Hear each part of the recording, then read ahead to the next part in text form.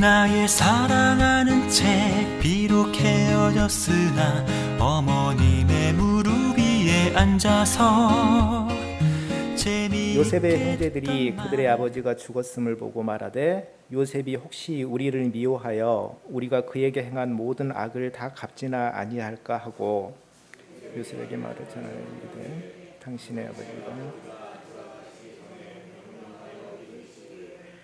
너희는 이같이 요셉에게 이르라 내 형들이 내게 악을 행하였을지라도 이제 바라건대 그들의 허물과 죄를 용서하라 하셨나니 당신 아버지의 하나님의 종들인 우리 죄를 이제 용서하소서 하며 요셉이 그들이 그에게 하는 말을 들을 때에 울었더라. 그의 형들이 또 친히 와서 요셉의 앞에 엎드려 이르되 이는 당신의 종들이니이다. 요셉이 그들에게 이르되 두려워하지 마소서 내가 하나님을 대신 하리이까 당신들은 나를 해하였으나 하나님은 요셉을 오늘과 당신들은 두려워하지 마소서 내가 당신들과 당신들의 자녀를 기르리이다 하고 그들을 간곡한 말로 위로하였더라. 요셉이 그의 아버지의 가족과 함께 요셉을 거주하며 에브라임의 자손 3대를 보았으며 므낫세의 아들 마길의 아들들도 요셉의 스라에서 양육되었더라. 요셉이 그의 형제들에게 이르되 나는 죽을 것이다. 하나님이 당신들을 주시고 이 당신을 이 땅에서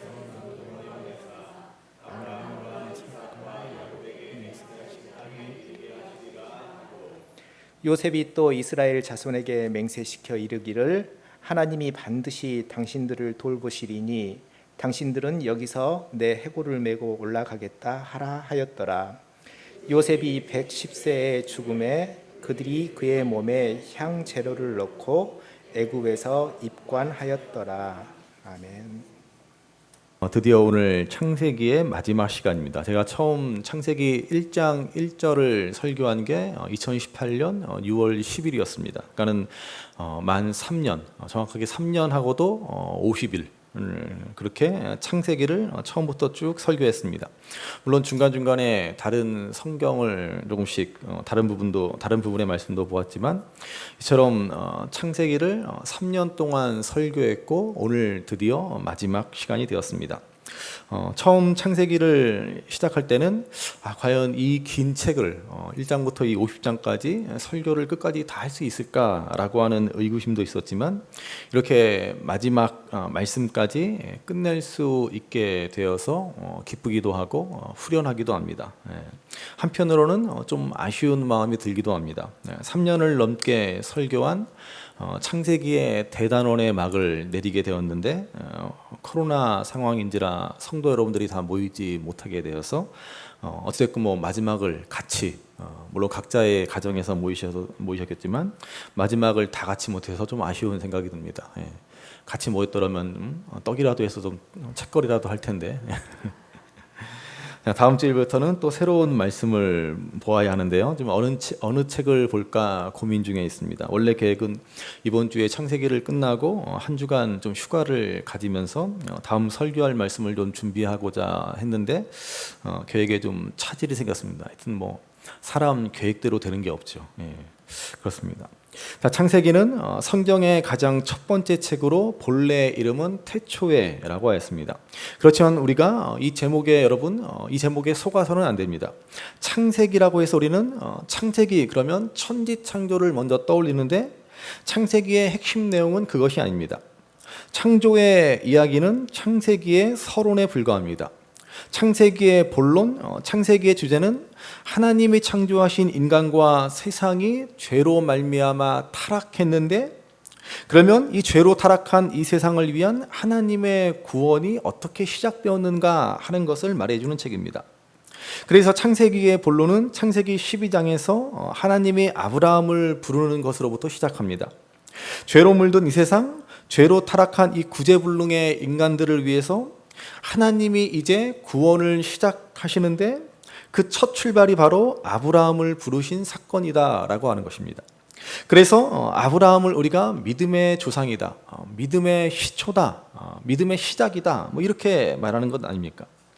그리고 창세기에 나오는 아브라함, 이삭, 야곱, 그리고 요셉과 유다를 비롯한 12형제의 이야기는 그저 한 개인의 이야기가 아니라 하나님이 베푸시는 구속사의 한 부분이고, 그렇게 한 사람 한 사람의 인생을 통해서 하나님의 원대한 구원이 이루어진다라는 사실을 보여주는 것이 창세기입니다. 우리가 창세기를 통해서 발견해야 할 사실이 바로 이것입니다.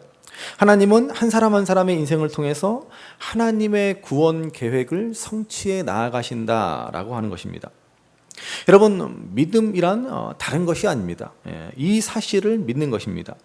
하나님이 아브라함과 이삭과 야곱과 그리고 요셉을 부르셔서 구원의 섭리를 이루어 가셨듯이 오늘 나를 부르셔서, 오늘 우리를 부르셔서 하나님의 백성, 하나님의 자녀 삼으시고 하나님의 구원 섭리를 이루어 가신다라는 사실을 바라보는 것이 믿음입니다. 여러분, 이 외에 무슨 믿음이 있습니까? 뭐가 도대체 믿음입니까? 그런데 우리는 가만 보면은 이러한 믿음은 제껴두고 은혜의 부스러기, 구원의 부스러기만 구하는 믿음을 갖습니다. 구원에는 별 관심이 없고 그저 하나님이 이 땅에서 잘 되게 하시고 이 땅에서 복받게 하시는 데만 관심이 있습니다. 그래서 믿습니다 라고 힘주어 말하지만 도대체 뭘 믿는다는 것입니까?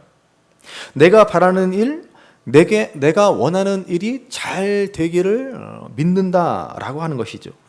여러분, 그러나 이것은 믿음과는 아무 상관없는 일이다라고 하는 것을 믿으시기 바랍니다. 그저 이 땅에서 그냥 잘 되고 그냥 잘 먹고 바라는 것 이루어지고 그렇게 될 줄로 믿습니다. 여러분, 그거 믿음 아닙니다. 지난 주일에 말씀드린 대로요, 우리는 예수님 믿어서 세상에 대하여 죽은 자로 여기며 살아가는 사람들입니다. 그런데 뭘 이렇게 세상에서 잘 되기를 바라십니까? 주시면 좋기야 좋죠. 잘 되면 좋죠. 뭐 굳이 잘 되고 굳이 주시는데 거부할 필요는 없습니다. 그렇지만 믿음으로 산다고 하는 것은 뭐예요? 이 땅의 것을 초월하며 살아가는 것이지 않습니까? 주시면 좋고 안 주시면 말고, 이런 믿음으로 살아가는 것이죠. 한번 우리 옆 사람도 별로 없으니까 한번 그냥 혼자 따라해 보실까요? 주시면 좋고 안 주시면 말고, 주시면 좋고 안 주시면 말고. 그렇게 살아가는 거예요. 이게 바로 세상 것을 바라보는 우리 믿음의 태도입니다. 오늘 창세기의 마지막 말씀, 어떻게 보면 이 창세기의 결론이라고 할 수 있는 오늘 본문은 그래서 믿음이란 도대체 무엇인가? 우리는 도대체 어떤 믿음이어야 하는가 하는 것을 잘 말해주고 있습니다. 자, 오늘 본문 15절 말씀을 보시기 바랍니다. 15절 말씀 같이 읽습니다. 요셉의 형제들이 그들의 아버지가 죽었음을 보고 말하되 요셉이 혹시 우리를 미워하여 우리가 그에게 행한 모든 악을 다 갚지나 아니할까 하고. 자, 우리가 지난주에 본 대로 야곱이 죽고 장례가 다 끝났습니다. 그런데 이 장례식이 끝나자마자 야곱의 아들들, 즉 요셉의 형제들은 불안해하기 시작합니다. 왜 형제들이 불안해합니까? 바로 죄 때문에 그렇지 않습니까? 요셉의 형들은 아직도 과거에 지은 죄가 해결되지 않았다는 것입니다. 그래서 요셉이 지금까지는 아버지 때문에 참았는데 이제 아버지도 돌아가셨으니 복수를 하지 않을까, 분노가 폭발하지 않을까. 형들은 이러한 불안에 사로잡히게 됩니다. 여러분, 이게 바로 타락한 인간의 죄악된 모습이다라고 하는 것이죠. 우리가 두려움에 사로잡히는 이유는 바로 죄 때문입니다. 우리가 죄에 사로잡혀 있으면 세상을 두려워하며 살아갑니다. 그래서 여러분, 믿음의 반대말은 뭐예요? 믿음의 반대말은 두려움이란 말입니다. 믿음 없는 사람들의 특징이 바로 두려움입니다. 그래서 성경은 누누이 말씀하시기를 두려워하지 말라라고 하는 것 아닙니까? 인생을 살아가면서 제일 두려운 건 뭐예요? 저도 이제 결혼을 해서 이제 그러니까 우리 남편들은 뭡니까? 아내가 제일 두렵죠. 젊었을 때는 잘 몰랐는데 세월 갈수록 아내가 두려워집니다. 어느새 말로도 이길 수 없고 이제는 힘으로도 이길 수 없고 그래서 보니까 어디서 보니까는 공처가와 애처가의 차이를 이렇게 설명하더라고요. 공처가와 애처가는 둘 다 모두 아내에게 열심히 꼬박꼬박 전화를 한다고 합니다. 상황 보호를 하는 거죠. 나 여기 있어. 우리 교회에도 매일 꼬박꼬박 아내분에게 전화하시는 분이 계시다고 합니다. 근데 왜 전화를 합니까? 아내의 안부가 궁금하고 걱정돼서 전화하면 애처가, 자신의 안부가 걱정돼서 전화하면 공처가라는 말이 있습니다. 우리 이진호 지사님은 전자이시죠? 자, 우리가 두려워한다라고 하는 것은 하나님에 대한 신뢰와 사랑이 없다는 말입니다. 그래서 부활하신 예수님께서 제자들에게 나타나 제일 먼저 하신 말씀이 뭐예요? 너희에게 평강이 있을지어다 라는 말씀 아닙니까? 또 공생의 기간 동안 예수님은 이렇게 말씀하십니다. 요한복음 14장 27절의 말씀을 보시죠. 요한복음 14장 27절 같이 읽습니다. 평안을 너희에게 끼치노니 곧 나의 평안을 너희에게 주노라. 내가 너희에게 주는 것은 세상이 주는 것과 같지 아니하리라. 너희는 마음에 근심하지도 말고 두려워하지도 말라. 아멘. 예수님이 제자들에게 그리고 오늘 우리들에게 주고자 한 것은 뭐예요? 바로 평안입니다. 우리가 구원을 경험하고 하나님의 자녀가 되면 정말 세상이 줄 수 없는, 세상은 알 수도 없는 평안을 누리게 되는 것입니다. 그러므로 믿음의 사람들은 이 평안을 누리게 되면 더 이상 세상을 두려워하지 않는다라고 하는 것이죠. 그래서 우리 교회의 표가 무엇입니까? 단단하게, 담담하게, 당당하게. 여러분, 이게 믿음을 가진 사람들의 삶의 모습이다라고 하는 것입니다. 세상을 두려워하지 않고 단단하고 담담하고 당당하게 살아가는 것이죠. 그래서 믿음장이라고 불리우는 히브리서 11장에서는 우리 성도들을 향해서 세상이 감당할 수 없는 자들이라고 말씀하지 않습니까? 여러분, 이게 바로 우리 그리스도인들의 모습입니다. 세상을 두려워하지 않는 것입니다. 자, 그런데 오늘 형들은 두려움에 사로잡혀 있습니다. 아직도 죄의 문제를 해결하지 못했기 때문에 그렇습니다. 그래서 이제 요셉을 찾아갑니다. 그리고는 요셉에게 이렇게 말합니다. 본문 16절, 17절 말씀을 보시죠. 16절, 17절 같이 읽습니다. 요셉에게 말을 전하여 이르되 당신의 아버지가 돌아가시기 전에 명령하여 이르시기를 너희는 이같이 요셉에게 이르라. 내 형들이 내게 악을 행하였을지라도 이제 바라건대 그들의 허물과 죄를 용서하라 하셨나니 당신 아버지의 하나님의 종들인 우리 죄를 이제 용서하소서 하매 요셉이 그들이 그에게 하는 말을 들을 때에 울었더라. 자, 사람을 보내서 요셉에게 뭐라고 그래요? 우리 아버지가 그러지 않고 당신의 아버지가 이렇게 말합니다. 뭘 이렇게까지 말합니까? 그러면서 당신의 아버지가 돌아가시기 전에 이런 유언을 남겼으니 우리를 용서하소서 이 말입니다. 그러면서 또 뭐라 그럽니까? 당신 아버지의 하나님의 종들인 우리를 용서하소서라고 말하고 있습니다. 여러분, 죄인들의 언어 습관이 바로 이렇다는 것입니다. 그냥 아버지를 봐서라도 우리를 좀 용서해다오. 그러면 되지 않습니까? 그러나 죄인들의 특징은 뭐예요? 참 말이 복잡합니다. 뭘 이렇게 말이 복잡합니까? 말이 비비 꼬여 있습니다. 단순하고 명료하게 말하지 못합니다. 자신의 본래 의도를 감추려고 하니까 그렇습니다. 그냥 쉽게 하면 될 말을 어렵게 꼬아서 말을 합니다. 이게 다 죄인들의 전형적인 모습이다라고 하는 것이죠.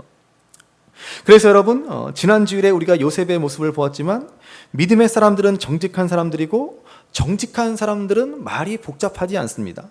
기면 기고 아니면 아닌 거죠. 그런 것 같기도 하고 아닌 것 같기도 하고 그렇지 않습니다. 정직한 사람들은 말이 쉽고 간단하고 명료합니다. 그렇지만 오늘 요셉을 찾아간 이 형, 지금 머릿속이 복잡합니다. 그러니 말도 복잡하죠. 그런데 지금 이 말을 들은 요셉의 반응이 무엇입니까? 요셉은 이 사람의 말을 듣고 그 자리에서 울었습니다. 왜 울었습니까? 요셉이 옛날 생각나서 원통하고 분해서 울었겠습니까? 그렇지 않죠. 요셉은 지금 긍휼의 마음으로 울고 있는 것입니다. 형들이 너무나 안쓰러운 것입니다. 이제 다 지난 일이고 다 용서한 일인데 아직까지도 그 과거의 잘못에서 벗어나지 못해서 거기에 매여 있는 그 형들을 보니까 너무나 안타깝고 불쌍해서 눈물이 나는 것입니다. 아니, 용서한 적이 언제인데 아직까지도 그 용서를 받아들이지 못하고 있다니. 그렇게 안타까운 마음으로 눈물을 흘립니다.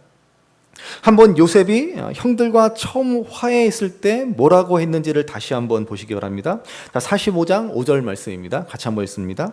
당신들이 나를 이곳에 팔았다고 해서 근심하지 마소서, 한탄하지 마소서. 하나님이 생명을 구원하시려고 나를 당신들보다 먼저 보내셨나이다. 아멘. 자, 또 45장 7절 8절 말씀 같이 읽습니다. 하나님이 큰 구원으로 당신들의 생명을 보존하고 당신들의 후손을 세상에 두시려고 나를 당신들보다 먼저 보내셨나니 그런즉 나를 이리로 보낸 이는 당신들이 아니요 하나님이시라. 하나님이 나를 바로에게 아버지로 삼으시고 그 온 집의 주로 삼으시며 애굽 온 땅의 통치자로 삼으셨나이다. 자, 요셉은 이때 이미 다 용서했습니다. 어떻게 요셉은 형들을 이렇게 용서할 수 있었습니까? 왜 이런 이야기를 할 수 있습니까? 요셉은 자기 자신의 관점으로 인생을 해석하지 않았다라는 것입니다. 여러분, 자기의 관점으로 세상을 바라보고 우리 인생을 들여다보면 도저히 해석이 되지 않은 일들이 너무나 많습니다. 그렇지만은 요셉은 하나님의 관점으로 자기 인생을 바라보았습니다. 하나님의 관점으로 자기 인생을 해석했다라는 말입니다. 생각해 보십시오. 부잣집 도련님에서 하루아침에 노예로 전락한 일을 어떻게 해석할 수 있습니까? 그나마 열심히 성실하게 최선을 다해서 노력했는데 억울한 누명을 쓰고 감옥에 간 일이 어떻게 해석이 됩니까? 그렇지만 요셉은 하나님의 관점에서 이 모든 일을 해석했다라는 것입니다. 그게 뭐예요? 하나님이 구원을 이루기 위해서 이런 일을 행하셨다라는 것입니다. 바로 구원의 관점에서 세상을 바라보았고 구원의 관점에서 자기 인생을 바라보았다라는 것입니다. 여러분, 인생이란 뭐예요? 인생이란 결국 관점의 문제입니다. 어떤 관점으로 인생을 바라볼 것인가? 어디에 가치를 두고 인생을 살아갈 것인가? 그 관점을 가지고 우리는 인생을 바라보고 해석하고 거기에서 의미를 찾으며 살아가는 것이지 않습니까? 그래서 신앙이란 한마디로 구원의 관점으로 인생을 바라보는 것입니다. 하나님이 내 인생을 통해서 구원을 이루어 가신다. 그래서 내 인생에 일어나는 모든 사건을 구원의 과정, 구원의 섭리에서 이해하고 해석하는 것이 믿음이지 않습니까? 요셉의 인생은요, 도무지 세상의 관점으로는 해석이 되지 않습니다. 그런 인생을 요셉은 믿음의 관점, 구원의 관점에서 바라보았습니다. 때문에 그 말도 안 되는, 도무지 있을 수 없을 것 같은 그 엄청난 사건을 그는 경험하면서도 형들의 그 악행에서도 그 모든 일들을 그는 견디어냈고 용서할 수 있었고 관용할 수 있었다라고 하는 것입니다. 그게 해석이 안 되면 어떻게 용서할 수 있습니까? 여러분, 저와 여러분들도요, 인생을 살아가면서 많은 어려움들을 경험하고 정말 별의별 일들을 다 겪을 테지만 정말로 말도 안 되는 일을 때로는 우리가 경험하지만은 인생을 너무 내 좁은 소견으로 해석하려 들지 마시기 바랍니다. 우리가 왜 성경을 읽습니까? 성경의 관점으로 이 세상을 해석하기 위해서 성경을 읽는 것이 아닙니까? 왜 우리가 주일을 성수한다면서 함께 모여 예배를 드립니까? 코로나 때문에 제대로 모이지도 못하지만 그럼에도 불구하고 세상 사람들이 뭐라고 하는데도 우리는 왜 예배를 드려야 합니까? 그렇지 않으면 자꾸 우리는 우리의 관점, 세상적인 생각의 틀로 인생을 바라보려고 하기 때문에 그렇습니다. 그래서 우리는 매주일 예배를 통해서 하나님의 관점, 하나님의 구원의 틀로 우리 인생을 바라보고 세상을 바라보기 위한 영적 시력을 교정하는 것입니다. 안 그러면 금세 우리의 관점은 세속적으로 흘러버리고 맙니다. 그래서 종교학자들은 말하기를요, 어느 종교를 막론하고 그 종교의 공식적인 모임, 정규적인 모임, 그것이 예배가 되었든 미사가 되었든 불교의 법회가 되었든 그 모임에 4주간 참석하지 않으면 불신자가 된다라고 말합니다. 네. 자기가 믿는 종교를 4주간 예배받았다고 떠나진 않겠죠. 그렇지만 4주간 종교 모임에 참석하지 않으면, 4주간 예배를 드리지 않으면 그 종교의 관점과 시각을 다 잃어버리고 어느새 세상의 관점으로 바라보게 된다라고 하는 것입니다. 네. 여러분, 믿음이라고 하는 것은 내 관점에서 벗어나 하나님의 관점, 구원의 관점에서 이 세상을 바라보는 것이 바로 믿음입니다. 여러분, 우리의 이 작은 머리로 생각한다고 이 광활한 세상에서 벌어지는 이 수많은 일들이 해석이 될 것 같습니까? 네. 나에게 일어나는 일들이 다 이해가 되고 납득이 되십니까? 절대로 그럴 수가 없죠. 그게 바로 구약의 욥기의 주제이지 않습니까? 여러분, 욥기를 한번 진지하게 읽어보셨습니까? 도대체 욥기가 뭘 말하는 겁니까? 욥의 이야기가 뭐예요? 욥이 왜 고난을 받습니까? 아무 이유가 없습니다. 아무 이유가 없이 고난을 받아요. 그 고난에 대해서 욥과 세 친구가 한참 동안 이야기를 나눕니다. 그게 욥기의 대부분을 차지합니다. 그들의 말이 틀린 말이 하나도 없습니다. 구구절절 다 옳은 말들을 나눕니다. 그런데 욥기의 결론이 뭔지 아십니까? 그렇게 그냥 많은 분량을 할애해서 욥과 친구들이 여러 대화를 나누고 구구절절 옳은 말을 나누지만은 마지막에 하나님이 나타나셔 욥에게 말씀하십니다. 욥에게 뭐라 그래요?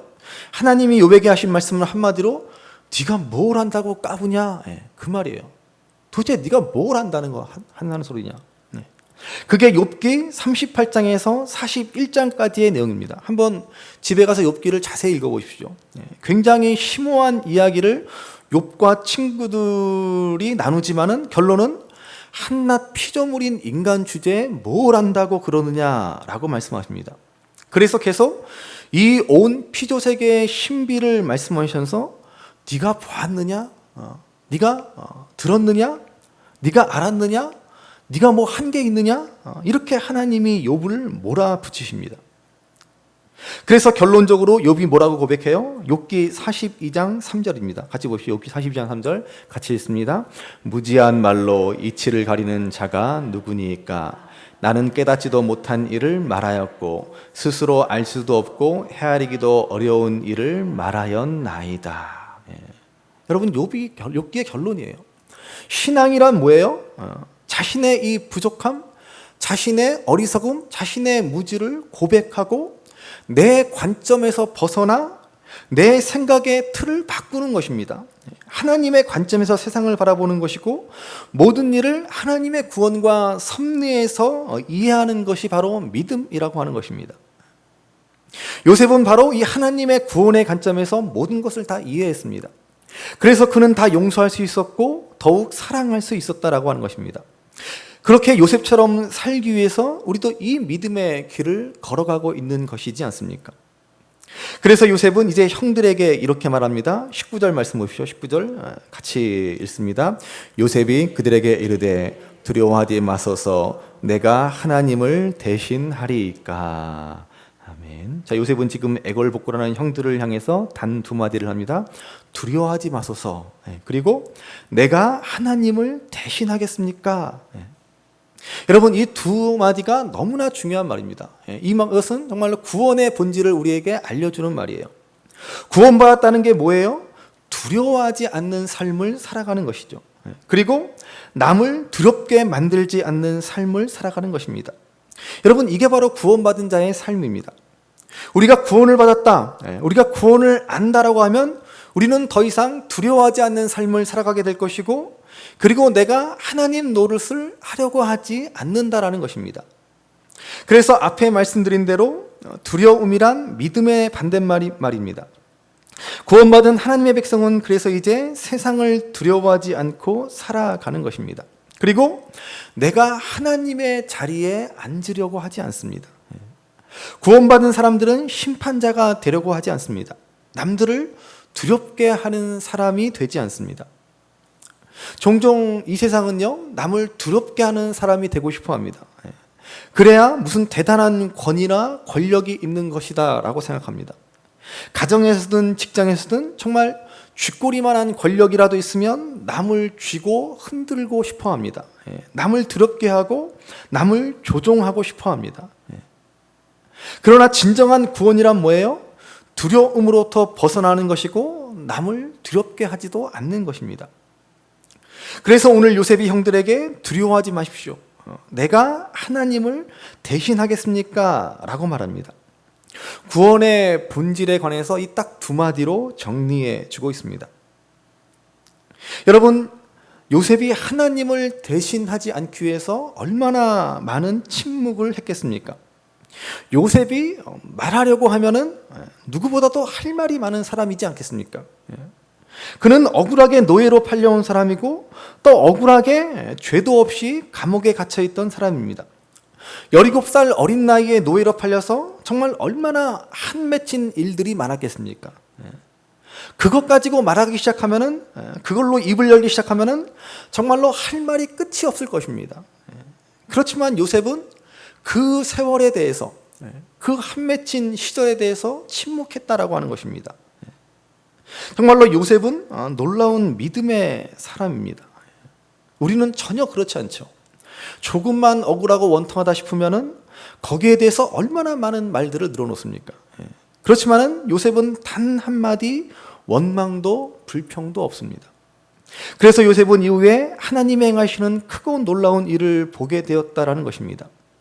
그래서 그는 수많은 생명을 살리는 일에 세움을 받았고 온 세상을 구원하시고자 하는 하나님의 구원의 섭리에 놀랍게 쓰임을 받았다라는 것입니다.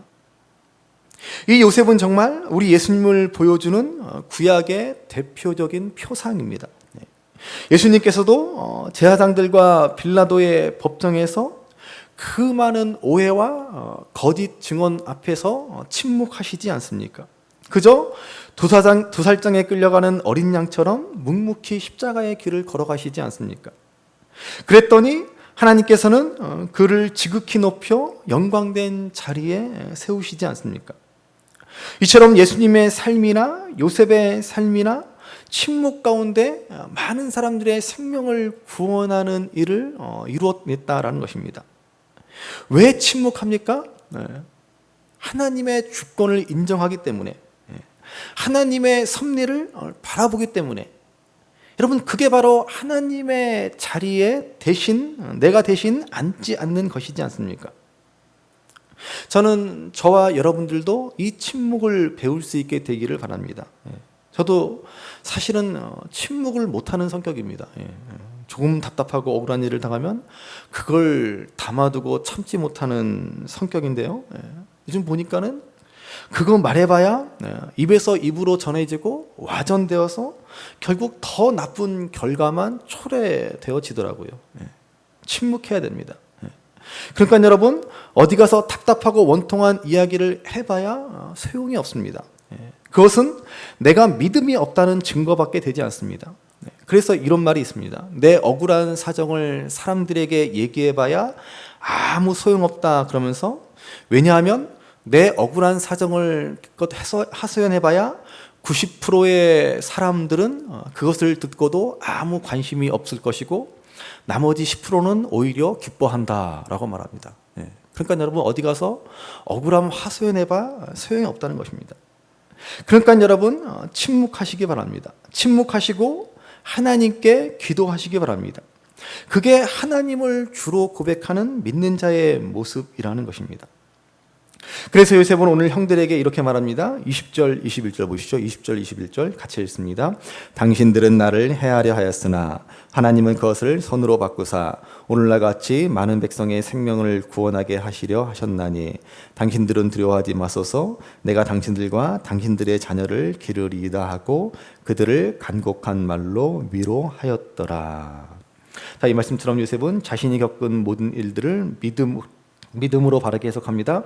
하나님의 구원의 섭리 속에서 모든 걸 이해했습니다. 하나님께서 당신들의 잘못을 선으로 바꾸셨습니다. 하나님이 구원을 베풀고자 하신 일입니다 라고 고백합니다. 말로만 이렇게 한 것이 아니죠. 요셉은 이렇게 믿음으로 바르게 해석했고, 그래서 형들을 용서했고 형들에게 사랑을 베풀었습니다. 당신들과 당신들의 자녀를 내가 기르겠습니다. 내가 책임지겠습니다. 이렇게 말하고 있습니다. 그리고 이제 오늘 본문에서는 요셉도 마침내 죽게 되어 마지막 유언의 말을 기록해 놓고 있습니다. 자, 본문 24절 25절 말씀을 보시기 바랍니다. 같이 읽습니다.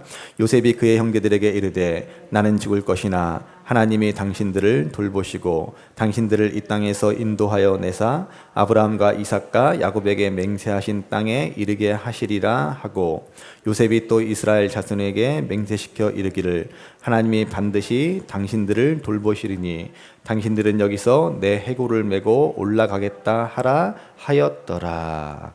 아멘. 자, 요셉은 형들보다 먼저 죽었습니다. 그래서 형들에게 마지막 유언을 남기는데 뭐라고 그럽니까? 야곱의 유언과 동일합니다.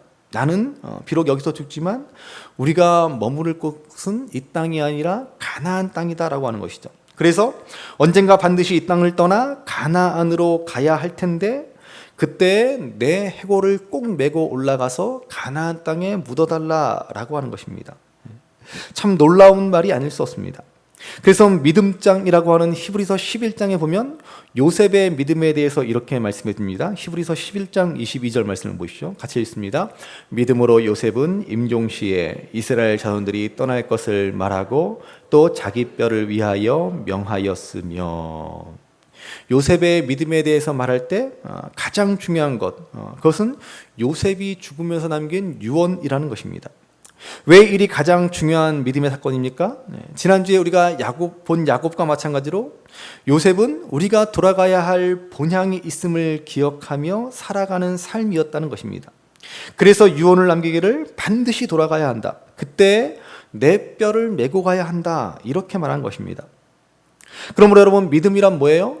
우리가 돌아갈 본향을 바라보며 이 땅을 살아가는 것입니다. 하나님이 약속하신 구원을 바라보며 사는 것입니다. 그래서 이 땅에서 경험하는 모든 일들, 좋은 일이든 좋지 않은 일이든 그 모든 일들을 다 하나님의 구원의 섭리로 이해하는 것입니다. 구원의 관점에서 모든 일들을 바라보고 해석하는 것입니다. 그러면 우리는 이 세상을 두려워하지 않을 것입니다. 또한 우리가 하나님을 대신하는 자리에 앉으려고도 하지 않을 것입니다. 그러면 우리의 입술은 정직한 입술이 될 것이고, 우리가 불평하고 원망을 쏟아놓는 대신에 침묵하며 잠잠히 하나님의 구원을 바라보게 될 것입니다.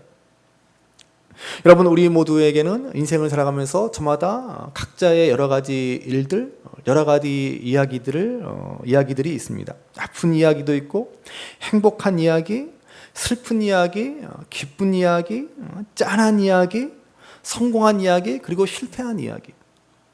어떻게 이런 일이 나에게 일어날 수 있는가 하는 원통하고 분한 이야기도 있고, 생각하면 생각할수록 감사하고 감동이 되는 이야기도 있고, 그저 그런 지루한 이야기들도 있습니다. 그런데 여러분, 그 모든 이야기들은 그냥 하나의 이야기로 끝나는 것이 아닙니다. 그 모든 이야기들은 다 하나의 큰 이야기와 연결됩니다. 바로 하나님의 구원 이야기와 연결되어진다라고 하는 것입니다. 다시 제럴드 시처 목사님의 이야기를 말씀드립니다. 제가 몇 번 말씀을 드렸는데요.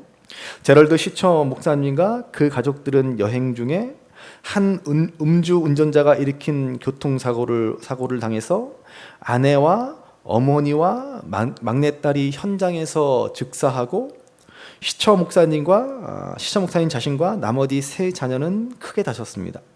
그 당시 자신이 당한 부상보다도 사랑하는 가족들의 그 비참한 죽음을 눈앞에서 직접 보아야 하는 그러한 고통을 그는 당해야만 했습니다. 그야말로 한 가정을 송두리째 날려버리는 끔찍한 비극이었습니다. 그러나 시처 목사님은 그 비극을 그저 비극으로 남겨두지 않았다라는 것입니다. 세월이 흐르고 시처 목사님은 그때를 회상하며 이렇게 말합니다. 사고 후 세월이 흐르면서 깨달은 것이 있습니다. 하나님께서 이 비극을 통해서 하시는 일이 비극 자체보다 더 크신 일이며, 그 비극도 하나님의 구속 이야기의 일부였다라는 것입니다. 왜 이런 일이 내게 일어나는지 그 당시에는 모릅니다. 그저 아플 뿐이고 슬플 뿐이고 생각조차도 하기 싫습니다. 그러나 절대로 잊어서는 안 되는 것은 내 아픔이 아픔으로 끝나지 않고 비극이 비극으로 남아서는 안 된다는 사실입니다. 반드시 거기에는 더 큰 의미가 있고 더 큰 이야기가 있습니다. 그래서 시처 목사님은 자신의 비극이 그저 비극적인 이야기로 끝나서는 안 되고 하나님의 구원의 이야기와 연결되어야 한다라고 생각합니다. 그리고 그 시처 목사님은 성경 말씀에 집중하며 비극을 차근차근 극복해 나가기 시작합니다. 왜 그런 비극이 생겼는지는 여전히 모릅니다. 그러나 그전보다 훨씬 더 믿음은 단단해졌고 하나님에 대한 이해는 깊어졌고 감사는 더욱더 커졌고 천국에 대한 소망은 더욱더 또렷해졌습니다. 그러므로 오늘 창세기를 마치면서 우리는 요셉의 이 말을 가슴 깊이 새기셔야 합니다. 자, 본문 20절 말씀을 다시 한번 읽어보시겠습니다. 같이 읽습니다. 당신들은 나를 해하려 하였으나 하나님은 그것을 선으로 바꾸사 오늘과 같이 많은 백성의 생명을 구원하게 하시려 하셨나니. 17살의 이집트의 나이로 이집트의 형들에게 팔려가서 겪은 그 고통과 고생은 이루 말로 다 할 수 없을 것입니다. 그럼에도 그에게는 한마디의 불평과 원망도 없습니다. 그럼에도 그는 형들을 다 용서하고 사랑했습니다. 왜냐하면 자신이 경험하는 그 모든 일들이 다 하나님의 구원의 섭리로 이해되고 해석할 수 있었기 때문입니다. 이 모든 일들을 통해서 하나님은 구원을 이루어 가신다라고 하는 확고한 믿음이 있었기 때문입니다. 여러분, 창세기는 바로 이 구원의 시작을 우리에게 알려주는 책입니다. 성경은 바로 이 구원의 역사가 이루어지는 것을 우리에게 보여주는 책입니다.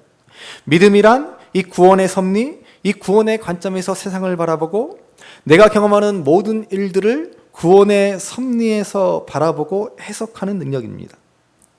그러므로 바라기는 이 창세기의 말씀을 통해서 하나님이 구원을 시작하셨고 아브라함과 이삭과 야곱과 요셉과 형제들을 통해서 어떻게 구원을 성취해 가셨는가를 생각하면서 오늘 우리의 삶도 하나님의 구원의 섭리 가운데 있음을 믿음으로 바라보시기 바랍니다. 그래서 우리가 경험하는 어떠한 일, 어떠한 이야기 속에서도 다 하나님의 구원의 섭리가 있음을 알아서 이제 두려워하지 않는 삶, 하나님을 대신하지 않는 삶이 되어 더욱더 정직하고 바른 입술, 불평과 많으신 침묵하며 기도하는 입술이 되어 더욱 사랑하고 용서하시어 마침내 하나님의 구원의 역사를 충만히 경험하고 살아가시는 저와 여러분들이 될 수 있기를 주님의 이름으로 간절합니다. 귀하다 우리 어머님이 들려주시던 재미있게 듣던 말이 책 중에 있으니 이 성경심이 사랑합니다.